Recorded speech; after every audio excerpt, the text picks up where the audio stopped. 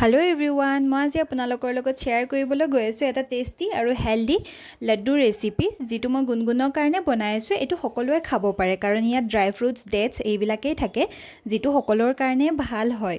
মই পেনখনত প্ৰথমতে অকমান ঘি দিছো, দি তাত ড্ৰাই ফ্ৰুটস গুটেবিলাক ৰোষ্ট কৰি লৈছো আৰু এটো উইন্টাৰ সিজনৰ কাৰণে বহুত বেছি ইম্পৰ্টেন্ট হয় কাৰণ আমাক সকলোকে অনলি বেবি বুলি নহয় আমাক সকলোকে উইন্টাৰ সিজনত অকমান এক্সট্ৰা কেয়াৰৰ প্ৰয়োজন হয়। হেহে এটো লাড্ডু ঘৰতে বনাই আপোনালোকে ডেইলি এটা কৈ বেবিকো সাৰ্ভ কৰিব পাৰে আৰু নিজেও খাব পাৰে কাৰণ এটোটো বহুত বেছি হেলদি হয় আৰু বেবি উইন্টাৰ সিজনত ইমান ভালকে খাবলৈ নিবিচাৰে যেহেতু গুণগুণাই অকমান খোৱাত বেয়া হয় তাই তেনেকে খাব ইচ্ছা নকৰে।